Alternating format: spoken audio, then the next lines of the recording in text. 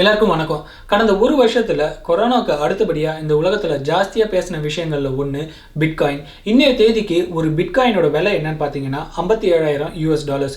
அது இந்தியன் கரன்சிக்கு நான் கன்வெர்ட் பண்ணனா 40 லட்சம் ரூபாய். இந்த உலகத்தில் இருக்கிற மொத்த பிட்காயினோட மதிப்பு என்னன்னு கேட்டிங்கன்னா ரொம்ப ஆச்சரியப்படுவீங்க.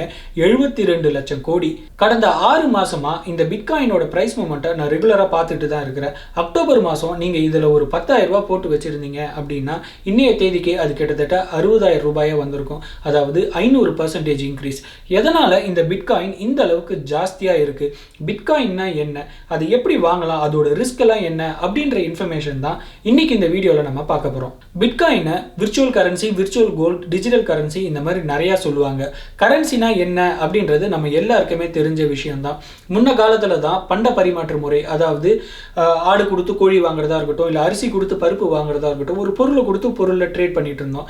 அதுக்கப்புறம் என்ன பண்ணோம், கோல்டை யூஸ் பண்ணி ஒரு பொருளை வாங்கவும் விற்கவும் ட்ரை பண்ணிட்டு இருந்தோம். ஆனால் ஒன் பாயிண்ட் ஆஃப் டைமில் கோல்டை எல்லா இடத்துக்கும் எடுத்துகிட்டு சுத்த முடியாது, சேஃப்டி இருக்காதுன்ற ரீசனுக்காக கவர்மெண்ட் என்ன பண்ணாங்க, எல்லா கோல்டையும் ஒரு ரிசர்வில் வச்சு அதுக்கு ஈக்குவலண்ட்டாக கரன்சியை பிரிண்ட் பண்ண ஆரம்பிச்சாங்க. ஆனால் காலப்போக்கில் கவர்மெண்ட் என்ன ரியலைஸ் பண்ணாங்கன்னா, கரன்சியை கோல்டுக்கு ஈக்குவலண்ட்டாக மட்டும் பிரிண்ட் பண்ணால் அவங்களால சர்வே பண்ண முடியாது, இன்னும் தேவைக்கேற்ற மாதிரி கரன்சியை பிரிண்ட் பண்ணணும்னு நினச்சாங்க. ஆனால் எல்லாருக்கும் தெரிஞ்ச ஒரு விஷயம் தாங்க, எது ஒன்றுமே ரொம்ப ஜாஸ்தியாக இருந்தால் அதோட வேல்யூ ரொம்ப ரொம்ப கம்மியாக தான் இருக்குன்ற மாதிரி இந்த கரன்சியும் நாளுக்கு நாள் ஜாஸ்தியாக பிரிண்ட் பண்ண அதோட வேல்யூ டிப்ரிஷியேட் ஆகிட்டே தான் இருக்குது. அது டிப்ரிஷியேட் ஆகிறது மட்டும் கிடையாதுங்க, அப்படி பிரிண்ட் பண்ண கவர்மெண்ட் அது யாருக்கு கொடுக்கணும், எங்கே கொடுக்கணும், எப்போ கொடுக்கணும் அப்படின்றத அவங்க தான் டிசைட் பண்ணுறாங்க.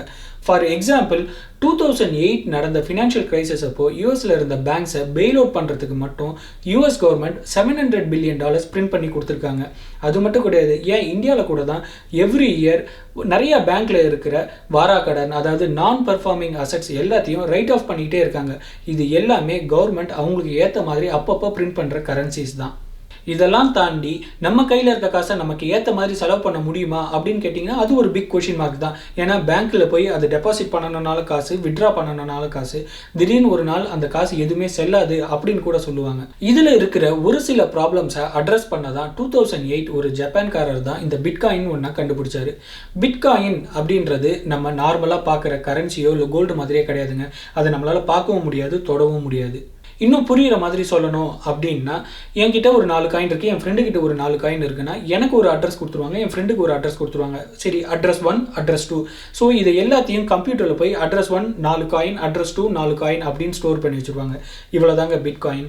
இது மட்டும் இல்லை, யூஸ்வலாக நம்மள்கிட்ட இருக்க கரன்சியை ஒருத்தர் இன்னொருத்தருக்கு ட்ரான்ஸ்ஃபர் பண்ணணும் அப்படின்னா ஒரு தேர்ட் பார்ட்டி தேவைங்க. நான் தேர்ட் பார்ட்டின்னு சொல்கிறது விசாவாக இருக்கலாம், மாஸ்டர் கார்டாக இருக்கலாம், இல்லை ரூபேவாக இருக்கலாம். இந்த மாதிரி நிறைய பேர் இருக்கிறாங்க.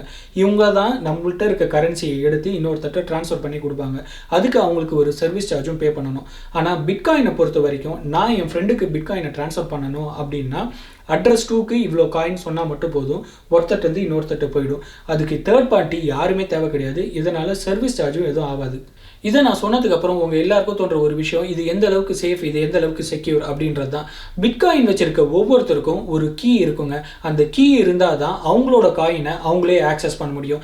இன்கேஸ் என்னோட கீயை நான் தொலைச்சிட்டேன் அப்படின்னா அட்ரஸ் 1ல் இருக்கிற என்னோட 4 காயினை என்னால் ஆக்சஸ் பண்ணவே முடியாது. ரெண்டாவதா, யூஸ்வலாக பேங்க்கில் லெஜர் மெயின்டைன் பண்ணுவாங்க. அந்த லெஜரில் யார் பணம் எடுத்தாங்க, யார் டெபாசிட் பண்ணாங்க, எந்த அளவுக்கு பேலன்ஸ் இருக்குது, அப்படி எல்லாத்தையுமே ட்ராக் பண்ணிட்டு வருவாங்க. அது ஒரு சென்ட்ரலைஸ்டு லொக்கேஷனில் தான் இருக்கும். ஆனால் பிட்காயினை பொறுத்த வரைக்கும் அந்த நெட்வொர்க்கில் இருக்க 5000 பேர்னாலும் சரி, 10,000 பேர்னாலும் சரி, எல்லார்கிட்டையுமே இந்த லெஜர் இருக்கும். ஸோ ஒரு லெஜரில் மாற்றணும் அப்படின்னா அது முடியவே முடியாத காரியம். ஏன்னா மீதி எல்லா லெஜர்லையும் வேறு அமௌண்ட் இருக்கும், இந்த ஒரு பர்டிகுலர் லெஜரில் மட்டும் தப்பான அமௌண்ட் இருக்கும். ஸோ இந்த பர்டிகுலர் லெஜர் இருக்க கம்ப்யூட்டரையே அந்த நெட்வொர்க்லேருந்து ரிமூவ் பண்ணிடுவாங்க. அதுக்கும் மேலே போய் நான் என் ஃப்ரெண்டுக்கு பிட்காயினை ட்ரான்ஸ்ஃபர் பண்ணுறேன் அப்படின்னா அதை அந்த நெட்வொர்க்கில் இருக்க ஒருத்தர் வந்து கண்டிப்பாக வேலிடேட் பண்ணி தாங்க ஆகணும். வேலிடேட் பண்ணால் தான் பிட்காயினை ட்ரான்ஸ்ஃபர் பண்ணவே அலோவ் பண்ணுவாங்க. வேலிடேட் அப்படின்னு நான் சொன்னோன்னே அது அவ்வளோ சிம்பிளான விஷயம்னு நினச்சிடாதீங்க. அதுக்கு ஒரு பெரிய மேத்தமெட்டிக்கல் ப்ராப்ளமை சால்வ் பண்ணியே ஆகணும். நார்மலாக நம்ம வீட்டில் வச்சுருக்க லேப்டாப்பை யூஸ் பண்ணி அந்த ப்ராப்ளமை சால்வ் பண்ணவே முடியாது. அது ஒருத்தர் கிடையாது, அந்த நெட்வொர்க்கில் இருக்க 5000 பேர் 10,000 பேர் எல்லாரும் சேர்ந்து அவங்க இண்டிவிஜுவலாக அந்த மேத்தமெட்டிக்கல் ப்ராப்ளமை சால்வ் பண்ண ட்ரை பண்ணுவாங்க. யார் ஒருத்தர் ஃபஸ்ட்டு சால்வ் பண்ணி முடிக்கிறாங்களோ அவங்க தான் இந்த டிரான்சாக்ஷனை ரிவ்யூ பண்ணி அப்ரூவ் பண்ணுவாங்க. அவங்க அப்ரூவ் பண்ணதுக்கு அப்புறம் அந்த டிரான்சாக்ஷன் டீட்டெயிலை நெட்வொர்க்கில் இருக்க மீதி எல்லாருக்கும் அமுச்சு இந்த மாதிரி இந்த ப்ராப்ளமாக நான் சால்வ் பண்ணிட்டேன், இதுதான் இந்த டிரான்சாக்ஷன் வேல்யூ, ரிவ்யூ பண்ணுங்க அப்படின்னு சொல்லி கொடுப்பாங்க.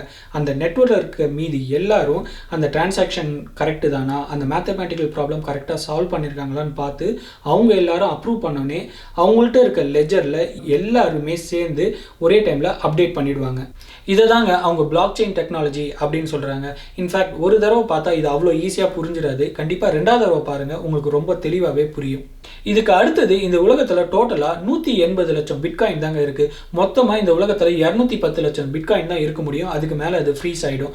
இந்த 180 லட்சம் பிட்காயினும் எப்படி உருவாச்சுன்னு பார்த்தீங்கன்னா, இதுக்கு முன்னாடி நான் சொன்னேன் இல்லையா, ஒரு மேத்தமெட்டிக்கல் ப்ராப்ளம் ரொம்ப காம்ப்ளெக்ஸ் ஆனது, அது சால்வ் பண்ணும் போதெல்லாம் ஒரு ஃப்ராக்ஷன் ஆஃப் த பிட்காயின் அந்த லெஜரில் ஆட் ஆகிட்டே இருக்கும். அப்படி தாங்க இன்னைக்கு 180 லட்சம் இருக்குது. அதே மாதிரி இந்த மேத்தமெட்டிக்கல் ப்ராப்ளமை சால்வ் பண்ணிக்கிட்டே இருந்தால் அது 210 லட்சம் பிட்காயினை ரீச் ஆகிடும். அன்னையோட அது ஃப்ரீஸ் ஆகிடும். பிட்காயினோட ப்ரைஸை இவ்வளோ ஜாஸ்தியாக இருக்கிறதுக்கு இந்த மாதிரி லிமிட்டட் குவான்டிட்டி ஆஃப் பிட்காயின்ஸ் இருக்கிறது ஒரு முக்கிய காரணமாக நிறைய பேர் சொல்கிறாங்க. அதுக்கு அடுத்த காரணமாக அவங்க சொல்கிறது, யூஎஸ்ஆ இருக்கட்டும் இல்லை இந்தியாவாக இருக்கட்டும், நிறையா கரன்சிஸ் பிரிண்ட் பண்ணிக்கிட்டே இருக்கிறாங்க. யூஎஸில் மட்டும் கடைசி ஒரு வருஷத்தில் கிட்டத்தட்ட $3 ட்ரில்லியன் பிரிண்ட் பண்ணியிருக்காங்களாம். அதை ஸ்டிமுலஸ் பேக்கேஜ் கொடுக்கறதா இருக்கட்டும், இல்லை லோனை தள்ளுபடி பண்ணுறதா இருக்கட்டும், இந்த மாதிரி நிறைய விஷயம் இருக்குது. ஸோ காசு வச்சிருக்க நிறைய பேர் என்ன யோசிப்பாங்க அப்படின்னா, தங்களோட காசோட மதிப்பு நாளுக்கு நாள் குறைஞ்சிக்கிட்டு இருக்கு, இதில் வேறு எதுலையாவது போய் இன்வெஸ்ட் பண்ணணும்னு யோசிக்கும் போது தான் அவங்களுக்கு பிட்காயின் ஒரு நல்ல ஆப்ஷனாக தென்படுது. ஏன்னா அது ரொம்ப லிமிட்டட் குவான்டிட்டி தான். Over the period of time நிறைய பேர் இதை அடாப்ட் பண்ணுவாங்க, அவங்களை எதிர்பார்த்து தான் அவங்களோட காசை கொண்டு போய் அதில் போடுறாங்க. எப்போ டிமாண்ட் ரொம்ப ஜாஸ்தி ஆகுதோ கண்டிப்பாக அதோட ப்ரைஸும் ஜாஸ்தி ஆகும் அப்படின்றதுக்கு இந்த பிட்காயின் ஒரு நல்ல எக்ஸாம்பிள். பிட்காயினை பற்றி இவ்வளோ நல்ல விஷயங்களை சொன்னாலும் அதோட ரிஸ்க் ஃபேக்டர்ஸையும் நான் கண்டிப்பாக சொல்லி தான் ஆகணும். இன்றைக்கி பிட்காயின் 57,000 இருக்குது. அது திடீர்னு 0 ஆனாலும் அதை கேட்குறதுக்கு எந்த ஒரு ரெகுலேட்டரோ எந்த ஒரு கவர்மெண்ட்டோ பின்னாடி கிடையாதுங்க. யூஸ்வலாக ஒரு கரன்சிக்கு பின்னாடி அதை பேக்கப் பண்ணுறதுக்கு கவர்மெண்ட் இருக்கும், சென்ட்ரல் பேங்க் இருக்கும். அதுதாங்க இங்கே ஒரு மேஜர் கன்சர்ன். அது மட்டும் கிடையாது, இப்போ இந்த பிட்காயினோட வேல்யூ, அதாவது அதுக்கு அண்டர்லைங் அசெட் என்ன அப்படின்றது நிறைய பேரோட கொஷின். 3வதாக பார்த்தீங்கன்னா, ஒரு கோல்டு, அதை நீங்கள் ஃபிசிக்கலாக பார்க்க முடியும், தொட முடியும். ஆனால் இந்த பிட்காயின்றது எல்லாம் கம்ப்யூட்டர் நெட்வொர்க்கில் தான் இருக்குன்றதும் நிறைய பேரோட ரிஸ்க் கன்சர்னாக இருக்குது. பிட்காயினோட நல்லது ரிஸ்க்கு எல்லாமே கேட்டுட்டீங்க. இதை மீறியும் யார் யாருக்கெல்லாம் ரிஸ்க் எடுக்கணும்னு தோணுதோ கண்டிப்பாக பிட்காயின் வாங்கலாம். ஏன்னா இப்போ உலகத்தில் இருக்க நிறைய கண்ட்ரிஸ் பார்த்தீங்க அப்படின்னா பேப்பர்லெஸ் எக்கனாமியாக மாறணும்னு சொல்கிறாங்க. ஏன் இந்தியாவில் கூட டிஜிட்டல் எக்கனாமியாக மாறணும் அப்படின்னு சொல்கிறாங்க. அதுக்கு ஏன் இந்த பிட்காயினை ஒரு முன்னோடியாக எடுத்து அதை சப்போர்ட் பண்ணி ப்ராப்பராக ரெகுலேட் பண்ணக்கூடாது? அப்படி பண்ணிட்டோம் பிட்காயினோட ப்ரைஸு எந்த லெவலில் போகும் அப்படின்றது யாருக்குமே தெரியாது. இன்றைக்கி கூட ஒரு ப்ரெடிக்ஷனில் என்ன சொல்கிறாங்க அப்படின்னா, பிட்காயின் கிட்டத்தட்ட 2 கோடி வரைக்கும் போகும்னு சொல்கிறாங்க. ஆனால் அந்த அதர் சைடு அது 0 ஆகவும் சான்சஸ் இருக்குன்னு நிறைய பேர் சொல்கிறாங்க. ஸோ கண்டிப்பாக உங்களால் ரிஸ்க் எடுக்க முடியும் அப்படின்னா உங்களோட ஓன் ரிஸ்க் எடுத்து நீங்கள் வாங்கணுன்னா வாங்கலாம்.